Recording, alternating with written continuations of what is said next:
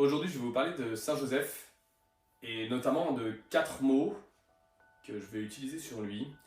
Saint Joseph humble, Saint Joseph chaste, fidèle et obéissant. Alors, Saint Joseph humble, qu'est-ce que c'est? L'humilité, c'est la vertu de celui qui sait se tenir à sa place. Ni trop haut, genre pas prendre la grosse tête, ni trop bas. L'humilité, c'est pas de servir de serpillière.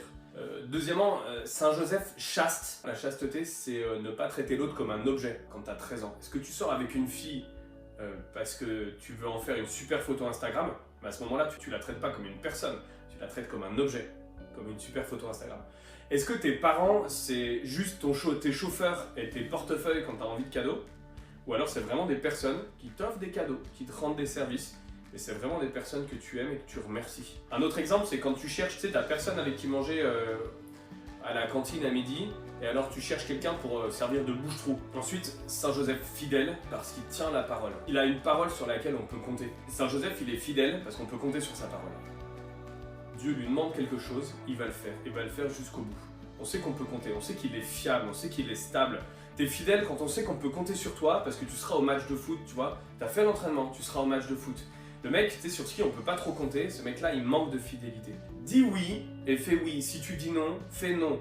Mais sois pas entre les deux. Si tu prends une décision, vas-y jusqu'au bout. Engage-toi, ça veut dire ça, être fidèle.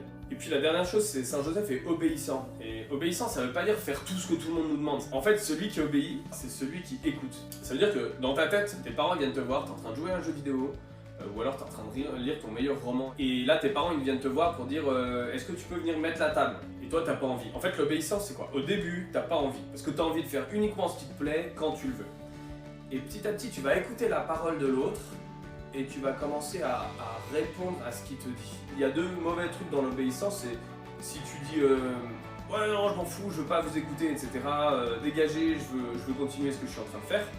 Bon, à un moment donné ça va vite péter, en famille ça va vite mal marcher. Non? Et puis le deuxième problème c'est que c'est si tu fais dans l'autre sens, et tu dis si tu obéis tout le temps mais sans jamais réfléchir. Tu peux dire à quelqu'un, bah en fait écoute, je veux bien venir t'aider pour faire un devoir, je veux bien venir mettre la table et tout.